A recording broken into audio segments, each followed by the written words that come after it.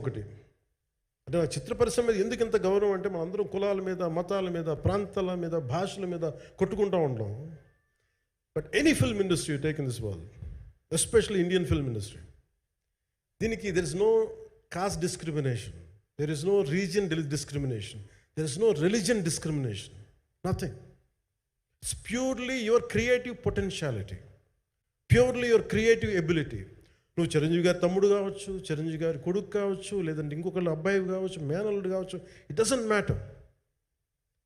నీకు టాలెంట్ లేకపోతే నువ్వు నిలబడలేవు, నీకు సత్తా లేకపోతే నువ్వు ఇక్కడ ఉండలేవు. అది నా కొడుకైనా సరే. ఇట్ ఆల్ డిపెండ్స్ నీకు ఎంత టెనాసిటీ ఉంది, ఎంత పర్సీవరెన్స్ ఉంది, ఎంత నిలబెట్టుకోగలవు, ఎంత నిలదొక్కుకోగలవు, ప్రతికూలతలు ఎంత బలంగా నిలబడగలవు. ఒక నిర్మాత సినిమా తీయడం అంటే ఒక యజ్ఞం చేయడం లాంటిది. తిట్లు తినాలి, ఇబ్బందులు పడాలి, అన్నీ పడిన తర్వాత ఫైనల్ డబ్బులు మిగిలితే కూడా లేదు తెలియదు. ఇలాంటి పరిస్థితుల్లో నాకేమనిపించిందంటే ఈయన పడ్డ కష్టం చెప్పాలనిపించింది ఈ రోజున. ఈ ప్రెస్ మీట్ తాలూకు ముఖ్య అంశం, ఒక చిన్న స్థాయి నుంచి వచ్చిన వ్యక్తి నిర్మాతగా ఎదిగి ఆయనకున్న పాపం, ఆయన మంచితనం ఆయన్ని శాపంగా అవ్వకూడదని చెప్పి ఒక ఉద్దేశంతో ఆయన మంచితనం చెప్పాలి, ఆయన ఒక మంచి సినిమా చేశారని చెప్పడానికి నేను ఈ రోజున మీ ముందుకు వచ్చాను. ఎందుకంటే నేనేం నమ్ముతానంటే సినిమా బాగుంటే ఎలాగో చూస్తారు, దీని గురించి చెప్పక్కర్లేదు. సినిమా బాగాలేకపోతే ఎలాగో చూడరు, మీరు ఎంత పబ్లిసిటీలు చేయండి ఇవన్నీ అనుకోండి. అందుకే నేను పెద్ద ఎక్కువ మాట్లాడడానికి ప్రయత్నం చేయను. కానీ ఈ పర్టికులర్ రోజు మటుకు, ప్రత్యేక ఈ రోజు మటుకు ఆయన పడ్డ కష్టం ఈ సినిమాకి, అలాగే ఒక్కొక్క కాస్టింగ్ ఆయన చేసింది, దీనికి నేను క్రిష్ గారిని కూడా చాలా మనస్ఫూర్తిగా అభినందిస్తున్నాను. ఎందుకంటే ఆయన కూర్చున్నప్పుడు ఎంతమందిని పెట్టాం, ఒక ఔరంగజేబ్గా మిగతా నటులు ఒకళ్ళిద్దరు యాక్టర్స్ని పెట్టి కూడా ఒకళ్ళ చేత యాక్ట్ చేయించాం ఒకళ్ళ చేత. కానీ Bobby Deol so apt for Aurangzeb, ఎంత కన్విక్షన్తో చేశాను. అప్పటికి ఆయనకి ఇంకా ఆయన చేసిన హిందీ సినిమాలు కూడా రాలేదు ఇంకా ఆయనకి. ఎంత కన్విక్షన్తో చేశారంటే నాకు నిజంగా ఆయనతో యాక్ట్ చేయడం చాలా ఆనందాన్ని ఇచ్చింది. సో అలాంటి బాబీ డియోల్ గారిని మొత్తం pan India, Manoj Paramahamsa was roped in last. ఇంకా సినిమా ఎట్లా మనం అయిపోవాలి, నేను పాలిటిక్స్కి వెళ్ళిపోయిన తర్వాత, డిప్యూటీ సీఎం బాధ్యతలు తీసుకున్న తర్వాత అందరికీ అయిపోయింది, సినిమాలు చేయలేడు ఇతను, ఎలా చేస్తాడంటే నాకు తెలుసు కష్టం అని. నేను ఎలా చేశాను ఈ సినిమా అంటే, పొద్దున్న 2 గంటలు చేసామండి, బ్రేక్ఫాస్ట్ టైము, లేదంటే నా ఎక్సర్సైజ్ టైంని కొంచెం మిడ్ నైట్గో లేదంటే ఎర్లీ మార్నింగ్ 4 గంటలు పెట్టుకొని, ఆ 2 గంటలు ఏమి దొరుకుద్దో ఆ 2 గంటలు ఇస్తే జ్యోతి, మనోజ్ గారు, మన రత్నం గారు, వీళ్ళు కూర్చొని ప్లాన్ చేసి, అది కూడా నా ఆఫీస్కి, నా పార్టీ ఆఫీస్కి కూతవేటు దూరంలో ఉన్న ఒక మా స్నేహితులు ఒక వాళ్ళ గోడౌన్ ఉంటే అక్కడ కూర్చొని షూట్ చేశాం. ఎంత మండుటెండ అంటే అసలు దాంట్లో కూర్చొని మ్యాట్ వర్క్ చేసి మీరు ఫైనల్ రిజల్ట్స్ చూస్తే ఇది ఇక్కడ చేశారంటే అంత ఆశ్చర్యం అనిపిస్తుంది. And hats off to Manoj Paramahamsa garu. And ఈ సీన్స్ అన్నిటికీ ప్రీ విజువలైజేషన్, ప్రతి సీన్ చేయబోయే ముందు అసలు నాకు ఏమనిపించిందంటే, సినిమా చేయగలమా లేదనని పరిస్థితుల్లో జ్యోతి కృష్ణ గారు ముందుకు వచ్చి నాతో మాటలు నేను చెప్పలేదని, ఇది ఇలా చేస్తాం అలా చేస్తాం ఏం చెప్పలా, ఏమి చేయబోతున్నాడో ఎవ్రీథింగ్ వాజ్ ప్రీ విజువలైజ్డ్. ఈ సీన్ ఇలా ఉండబోతుంది, ఈ చేయబోయే సీన్ ఇలా ఉన్నది. నాకు దాని మీద ఆత్మవిశ్వాసం కలిగింది. నాకు లేదు, ఒక సత్తా ఉన్న దర్శకుడు, తెలుగు చిత్ర పరిశ్రమకి సైజ్ తీయగలిగేవాడు, మంచి సాలిడ్ ఎడిటింగ్ సెన్స్ ఉన్నవాడు, మ్యూజికల్ సెన్స్ ఉన్నవాడు. అలాంటి వ్యక్తికి మనోజ్ పరమహంస గారు తోడారు.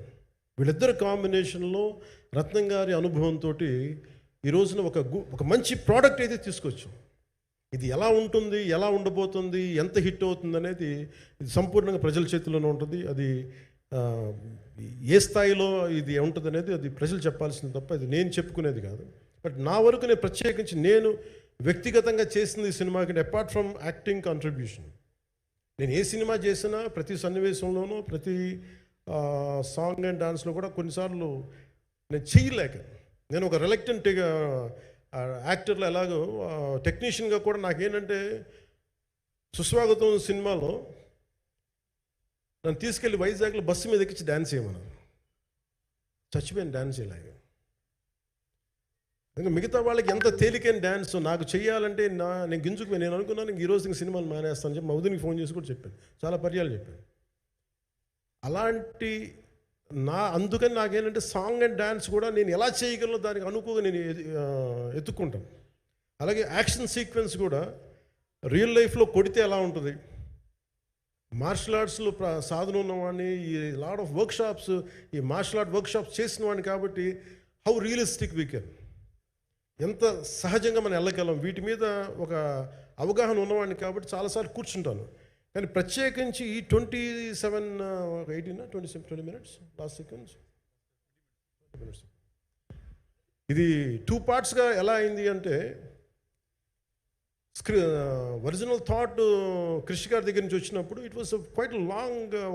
ఈ సినిమా ఒక పాటలు అవుద్దని అనేవాడు మొదటి నుంచి, బట్ లేటర్ వాళ్ళు డిసైడ్ చేసుకొని ఒక టైంలో ఇది అవ్వదు, we want make it as 2 parts అనుకున్నప్పుడు ఎక్కడికి వచ్చి ఆగిందంటే ఈ క్లైమాక్స్ దగ్గరికి వచ్చి ఆగింది ఫస్ట్ పార్ట్. సో చెప్తున్నప్పుడు నాకేమనిపించిందంటే how else we can take it, how else we can scale it up.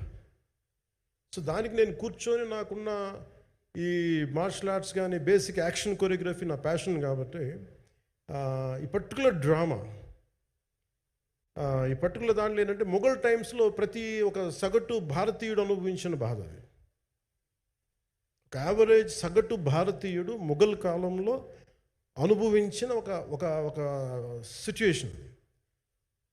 ఆ సిచ్యువేషన్ హీరోకి సంబంధం ఉండదు, కానీ how he gets entangled, how he gets involved in it, that is the outcome, that he's been captured. So దీన్ని ఒక 57 days మేము చేయగలిగామంటే, ఆ రోజు నాకు కనుక మన జ్యోతి గారు ఉండింటే పక్కన, maybe out done it in at least ఒక 50% ఆఫ్ ఇట్.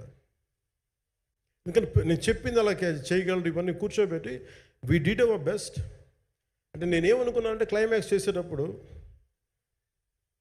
ఇంక నేను తర్వాత సినిమాలు చేస్తానో కూడా లేదో నాకు తెలియదు, కానీ నాకు ఇష్టమైన నిర్మాత, తెలుగు చిత్ర పరిశ్రమకి నిజంగా ఒక అండగా ఉన్న నిర్మాత, I want give my best to him.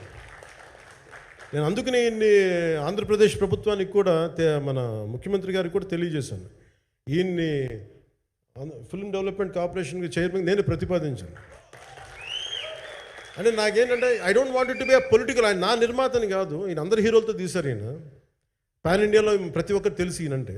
ఇలాంటి వ్యక్తి ఉంటే మన తెలుగు చిత్ర పరిశ్రమకి బాగుంటుంది. అలాగే ప్రత్యేకించి తెలుగు చిత్ర పరిశ్రమ అనేది నాకు ఈ టాలీవుడ్ అనే పదాలు నాకు వాడటం నాకు ఇష్టం ఉండదు.